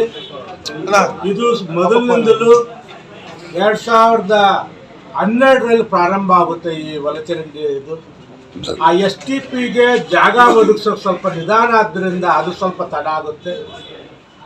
ಮತ್ತು ಇನ್ನೊಂದು ಟೆಂಡರ್ ಕರೆದಾಗ ಸೆಂಟ್ರಲ್ ರಾಕ್ ಬರುತ್ತೆ, ಸ್ವಲ್ಪ ತಡ ಆಗುತ್ತೆ. ಕೆಲವು ಗುತ್ತಿಗೆದಾರರ ನಿರ್ಲಕ್ಷ್ಯ, ಕೆಲವು ಅಧಿಕಾರಿಗಳ ನಿರ್ಲಕ್ಷ್ಯದಿಂದ ತಡ ಆಗಿದೆ ಅಂತ ನಾನು ಒಪ್ತೀನಿ. ಆದರೆ ಈಗ ಮತ್ತೊಮ್ಮೆ ಎಸ್ಟಿಮೇಟ್ ಮಾಡಿಸ್ತಾ ಇದ್ದೀನಿ. ಎಂಟೈರ್ ಬಾಗೇಪಲ್ಲಿ ಎಲ್ಲೆಲ್ಲಿ ಬಿಟ್ಟೋಗಿದೆ ಆ ಪ್ರದೇಶಗಳು ತಗೊಳ್ಳೋದು, ಮೊದಲು ಮಾಡಿರೋದ್ರಲ್ಲಿ ಏನಾದರೂ ವ್ಯತ್ಯಾಸ ಇಲ್ಲ ಅದು ಸರಿ ಮಾಡೋದು, ಎಂಟೈರ್ ಪ್ರಾರಂಭದಿಂದ ಎಂಡ್ ತನಕ ಹೋಗಿ STPಗೆ ಮುಟ್ಟಿಸೋಂಥ ಕೆಲಸ ಮಾಡಬೇಕಾಗಿದೆ. ಸುಮಾರು ಇನ್ನೂ ಒಂದು 15ರಿಂದ 20 ಕೋಟಿ ಹಣದ ಅವಶ್ಯಕತೆ ಇದೆ. ಮಾನ್ಯ ಸಚಿವರಾದಂಥ ಬೈರತಿ ಸುರೇಶ್ ಅವ್ರ ಗಮನಕ್ಕೆ ತಂದಿದ್ದೀನಿ, ನನ್ನ ಪತ್ರವನ್ನು ಕೊಟ್ಟಿದ್ದೀನಿ. ಈಗ ನಮ್ಮ ಬಾಗೇಪಲ್ಲಿ UGD ಕೆಲಸ ಅರ್ಧದಲ್ಲಿ ನಿಂತೋಗಿದೆ ಅಂತ ಅವರು ಒಪ್ಕೊಂಡಿದ್ದಾರೆ. ಒಂದು ಎಸ್ಟಿಮೇಷನ್ ಮಾಡಿ DPR ಸಮೇತ ಬನ್ನಿ, ನಾನು ಹಣ ಕೊಡ್ತೀನಿ ಅಂತ. ನಾಳೆಯಿಂದಲೇ ಚೀಫ್ ಆಫೀಸರ್ಗೂ ಈಗ ಫೋನ್ ಮಾಡಿ ಮಾತನಾಡಿದೆ. ನಾಳೆ ಅವ್ರಿಗೆ ಒಂದು ಮುನ್ಸಿಪಲಿಂದ 10 ಲಕ್ಷ ರೂಪಾಯಿ ಎಸ್ಟಿಮೇಟ್ ಕೊಟ್ಟರೆ ಅವ್ರ ಕೆಲಸ ಪ್ರಾರಂಭ ಮಾಡಿ DPR ಕೊಡ್ತಾರೆ.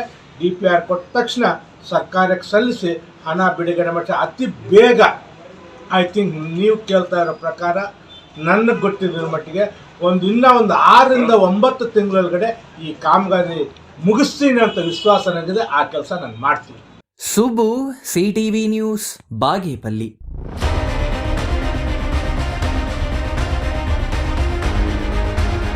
ಇದೀಗ ಚಿಕ್ಕದೊಂದು ವಿರಾಮದ ನಂತರ CTV ನ್ಯೂಸ್ ಮತ್ತೆ ಮುಂದುವರಿಯಲಿದೆ.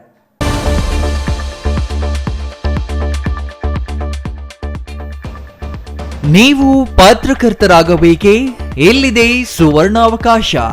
ಬೆಂಗಳೂರು ಮತ್ತು ಬೆಂಗಳೂರು ಗ್ರಾಮಾಂತರ, ತುಮಕೂರು, ಕೋಲಾರ, ಬಂಗಾರಪೇಟೆ, KGF, ಶ್ರೀನಿವಾಸಪುರ ಮತ್ತು ಮುಳಬಾಗಿಲು ತಾಲೂಕುಗಳ ಯುವಕರು ಸಂಪರ್ಕಿಸಬಹುದು. ಅಶ್ವತ್ಥ ನಾರಾಯಣ L 9535611141.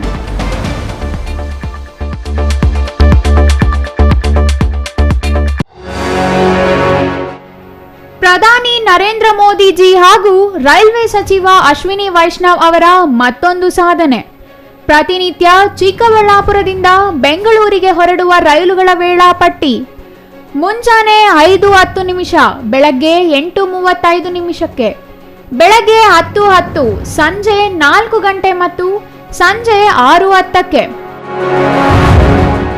ರೈಲ್ವೆ ಪ್ರಯಾಣಿಕರ ಸೌಲಭ್ಯ ಸಮಿತಿ ಸದಸ್ಯ ಡಾಕ್ಟರ್ GV ಮಂಜುನಾಥ್ ಅವರ ಮನವಿಯ ಫಲವಾಗಿ ಹೆಚ್ಚುವರಿ ರೈಲು. ಹೆಚ್ಚಿನ ಸಂಖ್ಯೆಯಲ್ಲಿ ರೈಲು ಪ್ರಯಾಣ ಮಾಡುವುದರಿಂದ ಇನ್ನಷ್ಟು ರೈಲು ಮಾರ್ಗ ವಿಸ್ತರಣೆಗೆ ಸಹಕಾರಿ. ವಿರಾಮದ ನಂತರ CTV ನ್ಯೂಸ್ಗೆ ಮತ್ತೆ ಸ್ವಾಗತ. ಗೋಡಿಬಂಡೆ ಪಟ್ಟಣ ಪಂಚಾಯಿತಿ ವ್ಯಾಪ್ತಿಯ 2ನೇ ವಾರ್ಡ್ಗೆ ನಡೆದ ಉಪಚುನಾವಣೆಯಲ್ಲಿ ಪಕ್ಷೇತರ ಅಭ್ಯರ್ಥಿಯಾಗಿ ಸ್ಪರ್ಧಿಸಿದ್ದ ರಾಜೇಶ್ 17 ಮತಗಳ ಅಂತರದಿಂದ ಜಯಶೀಲರಾಗಿದ್ದಾರೆ.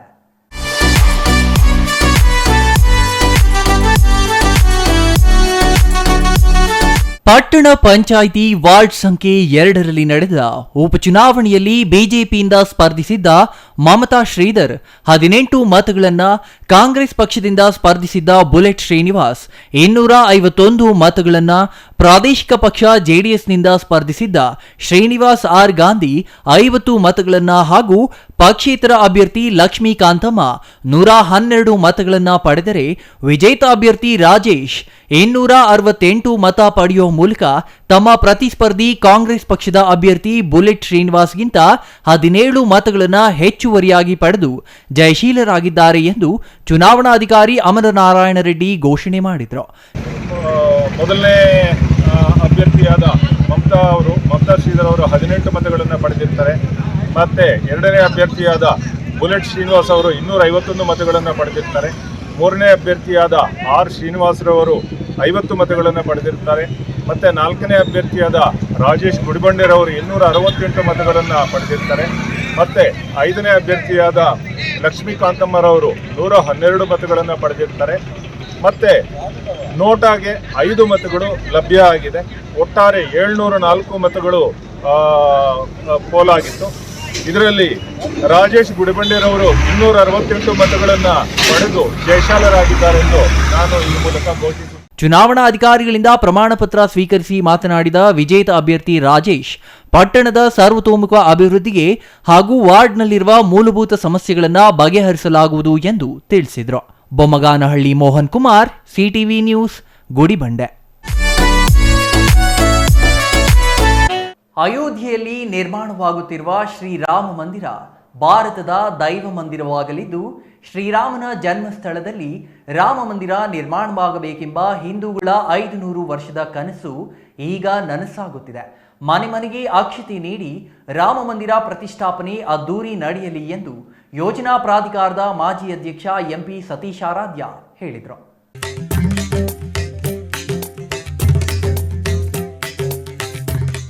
ರಾಮ ಮಂದಿರ ನಿರ್ಮಾಣದಿಂದ ಸನಾತನ ಧರ್ಮದ ಶಕ್ತಿ ಸಾಬೀತಾಗಿದೆ.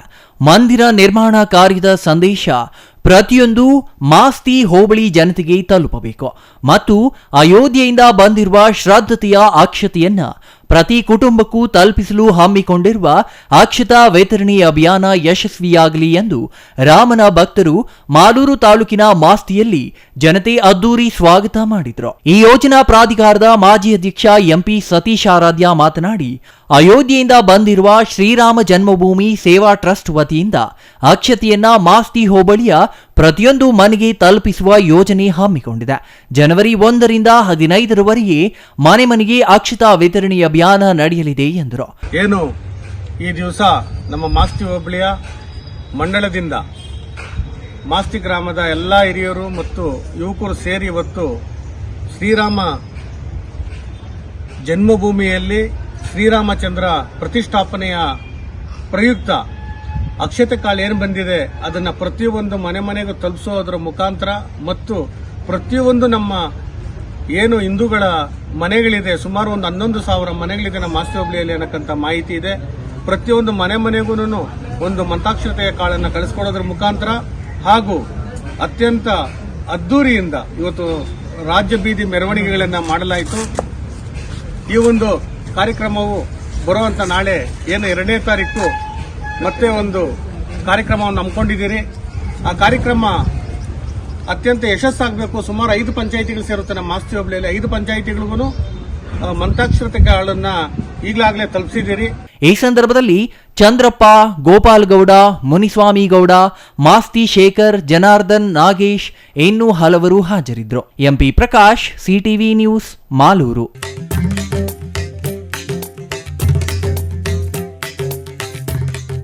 ಬೀದರ್ನಲ್ಲಿ ಪ್ರಥಮ ದಾಸ ಸಾಹಿತ್ಯ ಸಮ್ಮೇಳನ ಆಯೋಜಿಸಲಾಗಿದ್ದು, ಸಮ್ಮೇಳನಾಧ್ಯಕ್ಷ ಬಿಎಂ ಅಮರವಾಡಿ ನೇತೃತ್ವದಲ್ಲಿ ಭುವನೇಶ್ವರಿ ತಾಯಿ ಭಾವಚಿತ್ರಕ್ಕೆ ಪೂಜೆ ಸಲ್ಲಿಸಿ ಮೆರವಣಿಗೆಗೆ ಸಚಿವ ರಹೀಂ ಖಾನ್ ಚಾಲನೆ ನೀಡಿದರು. ಅದ್ದೂರಿ ಮೆರವಣಿಗೆಯಲ್ಲಿ ಕನ್ನಡ ಹಾಡಿಗೆ ಸಚಿವರು ಹಾಗೂ ವಿವಿಧ ಸಾಹಿತಿಗಳು ಹೆಜ್ಜೆ ಹಾಕಿದ್ರು. ವಿವಿಧ ಶಾಲಾ ಕಾಲೇಜಿನ ಮಕ್ಕಳು ಸಂಭ್ರಮ ಸಡಗರದಿಂದ ಭಾಗವಹಿಸಿದ್ರು. 20ಕ್ಕೂ ಹೆಚ್ಚು ಆಟೋಗಳ ಮೇಲೆ ಜ್ಞಾನಪೀಠ ಪ್ರಶಸ್ತಿ ಪುರಸ್ಕೃತರ ಭಾವಚಿತ್ರ ಮೆರವಣಿಗೆ ನಡೆಸಲಾಯಿತು. ನಗರದ ವಿವಿಧ ಪ್ರಮುಖ ರಸ್ತೆಗಳ ಮೂಲಕ ಸಂಚರಿಸಿ ಜಿಲ್ಲಾ ರಂಗಮಂದಿರಕ್ಕೆ ಮೆರವಣಿಗೆ ತಲುಪಿತು. ಇವತ್ತು ಎಸ್ಪೆಷಲಿ ಬಾಲಾಜಿ ಅಮರವಾಡಿ ಅವರು ಮತ್ತು ಅವರ ಧರ್ಮಪತ್ನಿಯವರು ಅವರಿಗೆ ಒಂದು ಸನ್ಮಾನ ಮಾಡಿ ನಮ್ಮ ಎಲ್ಲರೂ ಈಶ್ವರ್ ಖಂಡ್ರೆ ನಮ್ಮ ಡಿಸ್ಟ್ರಿಕ್ಟಿಂದ ನಮ್ಮ ಈಶ್ವರ್ ಅವರು ಬರ್ತಾರೆ. ಎಲ್ಲರೂ ಅಲ್ಲಿ ಒಂದು ಒಳ್ಳೆಯ ರೀತಿಯಿಂದ ನಮ್ಮ ದಾಸ ಬಗ್ಗೆ ಮತ್ತು ಒಳ್ಳೆಯ ಇತಿಹಾಸ ಬಗ್ಗೆ ನಾವೆಲ್ಲರೂ ಮಾತಾಡಿದ್ರೆ ಅದರ ಸಲಹೆ ತಮ್ಮೆಲ್ಲರಿಗೆ ನಾನು ತುಂಬ ಶುಭಾಶಯಗಳು. ಚಂದ್ರಯ್ಯ ಸ್ವಾಮಿ, ಸಿಟಿವಿ ನ್ಯೂಸ್, ಬೀದರ್.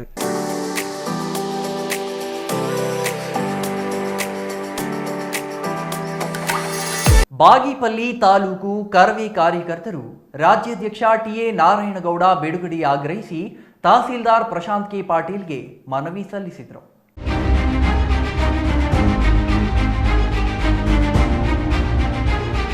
ತಾಲೂಕು ಕರವೇ ಅಧ್ಯಕ್ಷ ಹರೀಶ್ ಮಾತನಾಡಿ, ನಾಡು, ನುಡಿ, ನೆಲ, ಜಲ, ಕನ್ನಡದ ಕಲೆ ಮತ್ತು ಸಂಸ್ಕೃತಿಗೆ ಧಕ್ಕೆ ಬಂದಾಗ ದಿಟ್ಟತನದಿಂದ ಹೋರಾಟ ಮಾಡುತ್ತಿರುವ ಟಿಎ ನಾರಾಯಣಗೌಡರು ಅನ್ಯ ಭಾಷೆಯ ನಾಮಫಲಕಗಳ ವಿರುದ್ಧ ಹೋರಾಟ ರೂಪಿಸಿದ್ದ ವೇಳೆ ಬಂಧಿಸಿ ಜೈಲಿಗಟ್ಟಿರುವುದು ಖಂಡನೀಯ ಎಂದರು. ಕನ್ನಡಕ್ಕೆ ಕೈ ಎತ್ತಿದರೆ ಕರೆದುಕೊಂಡು ಹೋಗಿ ಜೈಲಿಗಟ್ಟುವ ಸ್ಥಿತಿ ರಾಜ್ಯದಲ್ಲಿ ಬಂದಿರುವುದು ದುರಂತವೇ ಸರಿ. ಬಂಧಿಸಿರುವ ಕನ್ನಡ ಪರ ಹೋರಾಟಗಾರರನ್ನ ಕೂಡಲೇ ಬಿಡುಗಡೆಗೊಳಿಸಲು ಸರ್ಕಾರವನ್ನ ಒತ್ತಾಯಿಸಿ ಬಾಗೇಪಲ್ಲಿ ತಾಲೂಕು ದಂಡಾಧಿಕಾರಿಗಳ ಮೂಲಕ ಮನವಿ ಸಲ್ಲಿಸಿರುವುದಾಗಿ ಹೇಳಿದರು. ಉದ್ದಿಮೆದಾರರಿಗೆ ಪರವಾನಗಿ ಕೊಡುವಾಗ ಕಡ್ಡಾಯವಾಗಿ ಕನ್ನಡದಲ್ಲಿ ನಾಮಫಲಕಗಳನ್ನು ಅಳವಡಿಸಲು ತಪ್ಪಿದಲ್ಲಿ ಕಾನೂನು ಕ್ರಮ ಕೈಗೊಳ್ಳಬೇಕೆಂದು ಆಗ್ರಹಿಸಿದರು. ಕರ್ನಾಟಕ ರಕ್ಷಣಾ ವೇದಿಕೆಯಿಂದ ಇವತ್ತು ನಾವು ತಹಸೀಲ್ದಾರ್ಗೆ ಒಂದು ಮನವಿ ಪತ್ರವನ್ನು ಕೊಟ್ಟಿದ್ದೀವಿ. ಬುಧವಾರ ನಡೆದಂಥ ಬೆಂಗಳೂರಿನ ನಾಮಫಲಕಗಳನ್ನು ತೆರವುಗೊಳಿಸುವ ಒಂದು ಹೋರಾಟದಲ್ಲಿ ನಮ್ಮ ರಾಜ್ಯಾಧ್ಯಕ್ಷರಾದ ಟಿ ಎನ್ ನಾಯ್ಡುಗೌಡರನ್ನ ಸರ್ಕಾರ ಬಂಧಿಸಿ ಜೈಲಿಗಟ್ಟಿರುವಂಥ ಅತ್ಯಂತ ಖಂಡನೀಯ. ಇವತ್ತು ಉತ್ತರ ಭಾರತದಿಂದ ಅಲ್ಲಿ ಬದುಕಕ್ಕಾಗ್ದಿರ ಜೀವನ ರೂಪಿಸ್ಕೊಳ್ಳಿಕ್ಕೆ ಕರ್ನಾಟಕ ಬಂದವರನ್ನು ನಾವು ಅವರ ಸಂಪಾದನೆ ಕೇಳಲಿಲ್ಲ, ಅವರ ಬಂಗಾರ ಕೇಳಲಿಲ್ಲ, ಅವರ ಆಸ್ತಿಗಳನ್ನು ಕೇಳಲಿಲ್ಲ. ನೀವು ಕರ್ನಾಟಕದಲ್ಲಿ ವ್ಯಾಪಾರ ಮಾಡ್ತಿದ್ದೀರಾ, ವಹಿವಾಟುಗಳನ್ನು ಮಾಡ್ತಿದ್ದೀರಾ, ಜೀವನ ಮಾಡ್ತಾಯಿದ್ದೀರಾ, ಒಂದಷ್ಟು ಕನ್ನಡ ನಾಮಫಲಕಗಳನ್ನು ಹಾಕಿ ಕನ್ನಡಕ್ಕೆ ಗೌರವ ಕೊಡಿ ಅಂತ ಕೇಳಿದ್ದಕ್ಕೆ ಇವತ್ತು ಅವರು ನಮ್ಮ ಮೇಲೆ ನಾನಾ ರೀತಿಯ ಕೇಸುಗಳನ್ನು ಹಾಕಿ ಇವತ್ತು ನಮ್ಮ ರಾಜ್ಯಾಧ್ಯಕ್ಷರನ್ನು ಒಳಗೊಂಡಂತೆ ನೂರಾರು ಕಾರ್ಯಕರ್ತರನ್ನ ಇವತ್ತು ಈ ರಾಜ್ಯ ಸರ್ಕಾರ ಜೈಲಲ್ಲಿಟ್ಟಿರುವಂಥದ್ದು ಅತ್ಯಂತ ಖಂಡನೀಯ. ಈ ಕೂಡಲೇ ನಮ್ಮ ರಾಜ್ಯಾಧ್ಯಕ್ಷರಾದ ಟಿ ಎನ್ ನಾಯ್ಡುಗಳನ್ನು ಬಿಡುಗಡೆಗೊಳಿಸಬೇಕು. ಇಲ್ಲದಿದ್ದ ಪಕ್ಷದಲ್ಲಿ ರಾಜ್ಯಾದ್ಯಂತ ಉಗ್ರ ಹೋರಾಟವನ್ನು ಕೈಗೊಳ್ಳುವುದು ಅಂತೇಳಿ ಈ ಮೂಲಕ ನಾನು ಮನವಿ ಮಾಡ್ತಾ ಇದ್ದೀನಿ. ಇನ್ನು ಈ ವೇಳೆ ಸುಜಾತಮ್ಮ, ಕೆವಿ ಮಂಜುನಾಥ್, ರಿಯಾಜುಲ್ಲಾ, ಮಂಜುನಾಥ್, ಶಿವಕುಮಾರ್ ಇನ್ನೂ ಹಲವರು ಹಾಜರಿದ್ದರು.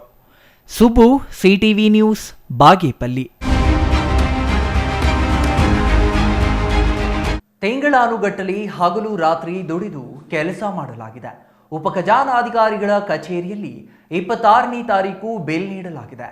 ಆದರೆ ಇಲ್ಲಿನ ಅಧಿಕಾರಿ ಶ್ರೀನಿವಾಸ್ ನಮಗೆ ನೀಡಬೇಕಾದ ವೇತನ ನೀಡದೆ ಉದ್ದೇಶಪೂರ್ವಕವಾಗಿ ತೊಂದರೆ ನೀಡುತ್ತಿದ್ದಾರೆ ಎಂದು ತಾಲೂಕು ಕಚೇರಿ ಸಿಬ್ಬಂದಿ ಆರೋಪಿಸಿದ್ದಾರೆ.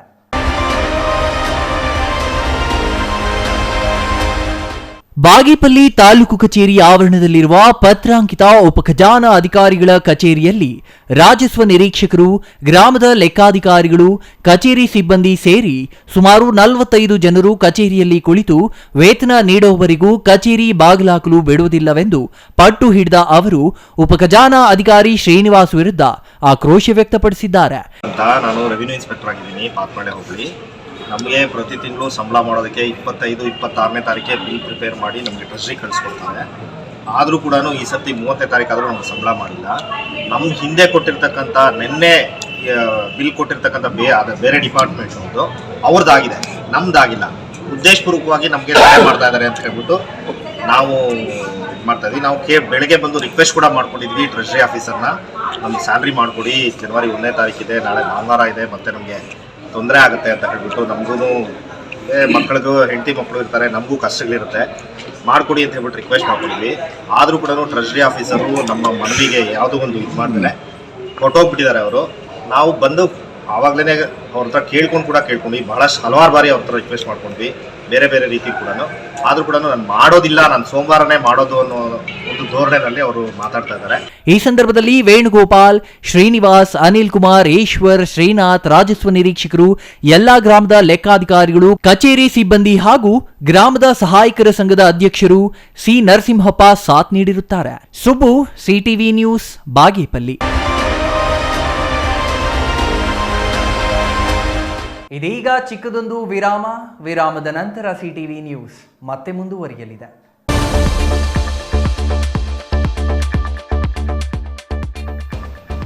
ನೀವು ಪತ್ರಕರ್ತರಾಗಬೇಕೇ? ಎಲ್ಲಿದೆ ಸುವರ್ಣಾವಕಾಶ. ಬೆಂಗಳೂರು ಮತ್ತು ಬೆಂಗಳೂರು ಗ್ರಾಮಾಂತರ, ತುಮಕೂರು, ಕೋಲಾರ, ಬಂಗಾರಪೇಟೆ, ಕೆಜಿಎಫ್, ಶ್ರೀನಿವಾಸಪುರ ಮತ್ತು ಮುಳಬಾಗಿಲು ತಾಲೂಕುಗಳ ಯುವಕರು ಸಂಪರ್ಕಿಸಬಹುದು. ಅಶ್ವತ್ಥ ನಾರಾಯಣ ಎಲ್ 9535611141.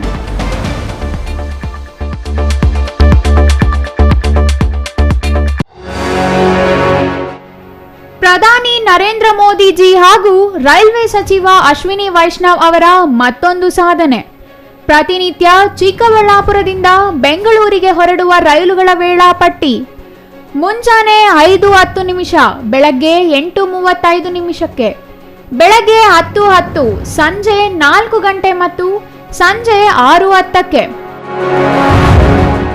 ರೈಲ್ವೆ ಪ್ರಯಾಣಿಕರ ಸೌಲಭ್ಯ ಸಮಿತಿ ಸದಸ್ಯ ಡಾಕ್ಟರ್ ಜಿವಿ ಮಂಜುನಾಥ್ ಅವರ ಮನವಿಯ ಫಲವಾಗಿ ಹೆಚ್ಚುವರಿ ರೈಲು ಹೆಚ್ಚಿನ ಸಂಖ್ಯೆಯಲ್ಲಿ ರೈಲು ಪ್ರಯಾಣ ಮಾಡುವುದರಿಂದ ಇನ್ನಷ್ಟು ರೈಲು ಮಾರ್ಗ ವಿಸ್ತರಣೆಗೆ ಸಹಕಾರಿ. ವಿರಾಮದ ನಂತರ ಸಿಟಿವಿ ನ್ಯೂಸ್ಗೆ ಮತ್ತೆ ಸ್ವಾಗತ. ಇದೀಗ ಸಂಕ್ಷಿಪ್ತ ಸುದ್ದಿ.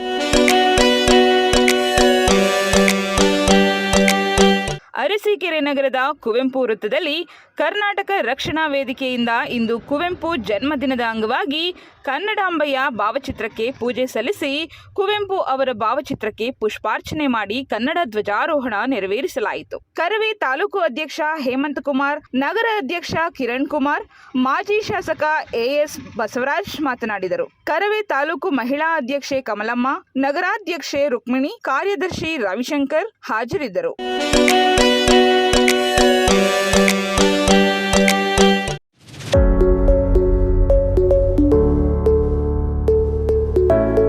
ಹಲವಾರು ವರ್ಷಗಳಿಂದ ಬಗರ್ ಹುಕುಂ ಸಾಗುವಳಿ ಮಾಡಿಕೊಂಡು ಬಂದಿರುವ ಸಣ್ಣ ರೈತರು ತಾವು ಮಾಡುತ್ತಿರುವ ಸಾಗುವಳಿ ಭೂಮಿಗೆ ಹಕ್ಕುಪತ್ರ ಅರ್ಜಿ ಸಲ್ಲಿಸಿ ದಶಕಗಳೇ ಕಳೆದಿದ್ರೂ ಈವರೆಗೆ ಹಕ್ಕುಪತ್ರ ವಿತರಿಸಿಲ್ಲ.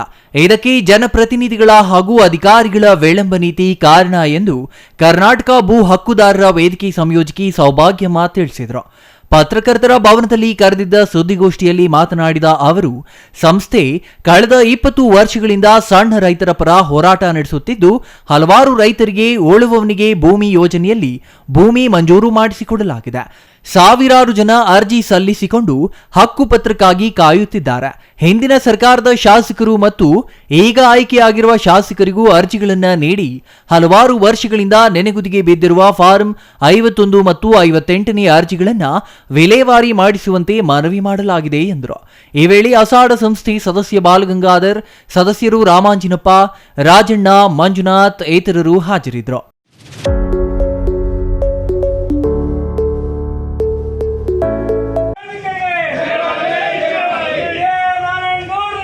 ಅನ್ಯ ಭಾಷೆ ನಾಮಫಲಕಗಳ ವಿರುದ್ಧ ಹೋರಾಟ ಮಾಡುತ್ತಿದ್ದ ಕರವೇ ರಾಜ್ಯಾಧ್ಯಕ್ಷ ಟಿ.ಎ. ನಾರಾಯಣಗೌಡರ ಬಂಧನ ಖಂಡಿಸಿ ಕೂಡಲೇ ಅವರನ್ನು ಬಿಡುಗಡೆ ಮಾಡುವಂತೆ ಒತ್ತಾಯಿಸಿ ಚಿಂತಾಮಣಿಯಲ್ಲಿ ಕರವೇ ಪ್ರತಿಭಟನೆ ನಡೆಸಿತು.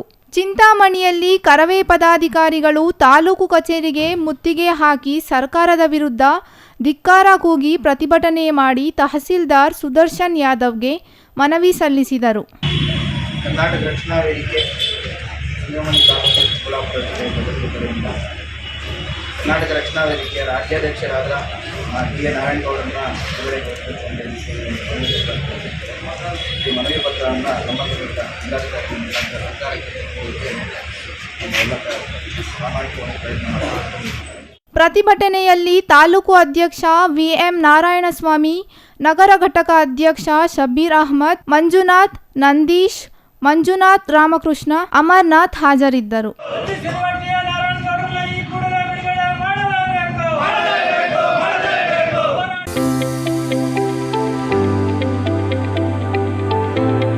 ದೊಡ್ಡಬಳ್ಳಾಪುರದ ನಿವೇದಿತಾ ಶಾಲೆಯ ವಾರ್ಷಿಕೋತ್ಸವ ಕಾರ್ಯಕ್ರಮದಲ್ಲಿ ಅತಿಥಿಯಾಗಿ ಭಾಗವಹಿಸಿದ್ದ ನಟಿ ಪೂಜಾ ಗಾಂಧಿ, ನಾನಾ ಕಾರಣಗಳಿಂದ ರಾಜ್ಯಕ್ಕೆ ಬರುವ ಹೊರ ರಾಜ್ಯದವರು ಕಡ್ಡಾಯವಾಗಿ ಕನ್ನಡ ಕಲಿಯಬೇಕು ಎಂದರು. ಕುವೆಂಪುರವರ ಹುಟ್ಟಿದ ದಿನವೇ ವಾರ್ಷಿಕೋತ್ಸವ ಆಚರಣೆ ಮಾಡುತ್ತಿರುವುದು ಸಂತಸ ತಂದಿದೆ ಎಂದರು.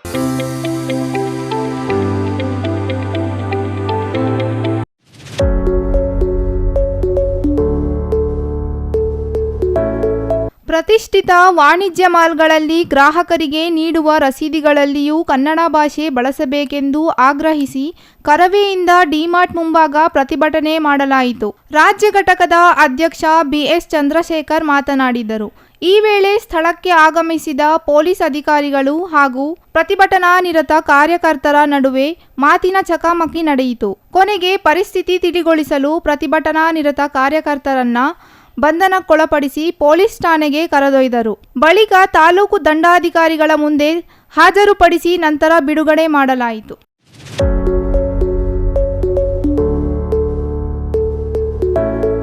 ದೊಡ್ಡಬಳ್ಳಾಪುರ ತಾಲೂಕಿನ ಶ್ರೀ ಕ್ಷೇತ್ರ ಘಾಟಿ ಸುಬ್ರಹ್ಮಣ್ಯ ದೇಗುಲದಲ್ಲಿ ಶನಿವಾರ ಹುಂಡಿ ಕಾಣಿಕೆ ಎಣಿಕೆ ಮಾಡಲಾಗಿದ್ದು 42 ದಿನಗಳಲ್ಲಿ 62 ಲಕ್ಷ ರು ಹಣ ಸಂಗ್ರಹವಾಗಿದೆ. ಇದರೊಂದಿಗೆ 66,600 ರು ಮೌಲ್ಯದ 1 ಕೆಜಿ 500 ಗ್ರಾಂ ಬೆಳ್ಳಿಯನ್ನು ಭಕ್ತರು ಹುಂಡಿಯಲ್ಲಿ ಹಾಕುವ ಮೂಲಕ ಹರಕೆ ತೀರಿಸಿದ್ದಾರೆ. ಹುಂಡಿಯನ್ನು ನಿಯಮಾನುಸಾರ ತೆಗೆದು ಎಣಿಸಲಾಗಿದ್ದು, ಎಣಿಕೆ ಕಾರ್ಯದಲ್ಲಿ ದೇವಾಲಯಕ್ಕೆ ಆಗಮಿಸಿದ್ದ ಭಕ್ತಾದಿಗಳು ಭಾಗವಹಿಸಿದ್ದರು.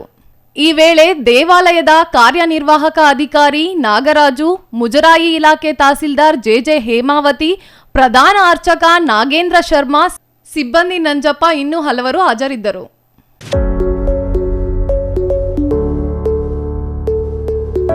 ಮಾಲೂರಿನ ಅರಳೇರಿ ರಸ್ತೆ ವೃತ್ತದಲ್ಲಿರುವ ಸಾಹಸ ಸಿಂಹ ಡಾಕ್ಟರ್ ವಿಷ್ಣುವರ್ಧನ್ ರವರ ಪುತ್ಥಳಿಗೆ ವಿಷ್ಣು ಅವರ 14ನೇ ವರ್ಷದ ಪುಣ್ಯಸ್ಮರಣೆ ಅಂಗವಾಗಿ ಕರವೇ ಪ್ರವೀಣ್ ಶೆಟ್ಟಿ ಬಣದ ಕಾರ್ಯಕರ್ತರು ಮಾಲಾರ್ಪಣೆ ಮಾಡಿ ಗೌರವ ಸಲ್ಲಿಸಿದ್ರು.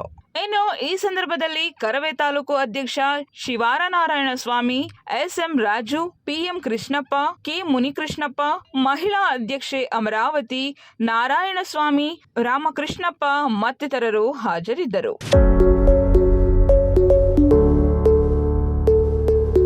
ಕೊನೆಯದಾಗಿ ಮತ್ತೊಮ್ಮೆ ಮುಖ್ಯಾಂಶಗಳು.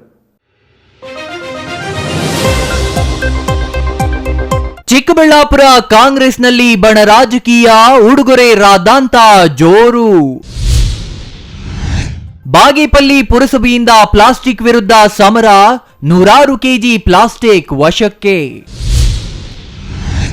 ಮುದ್ದೇನಹಳ್ಳಿಯಲ್ಲಿ ಉಚಿತ ಹೃದಯ ಚಿಕಿತ್ಸೆ, ಜನವರಿ 1ರಿಂದ ಕಾರ್ಡಿಯೋ ಆರಂಭ. ಆಮೆಗತಿಯಲ್ಲಿ ಸಾಗುತ್ತಿರುವ ಬಾಗೇಪಲ್ಲಿ ಒಳಚರಂಡಿ ಕಾಮಗಾರಿ, ಶಾಸಕರಿಂದ ತರಾಟೆ.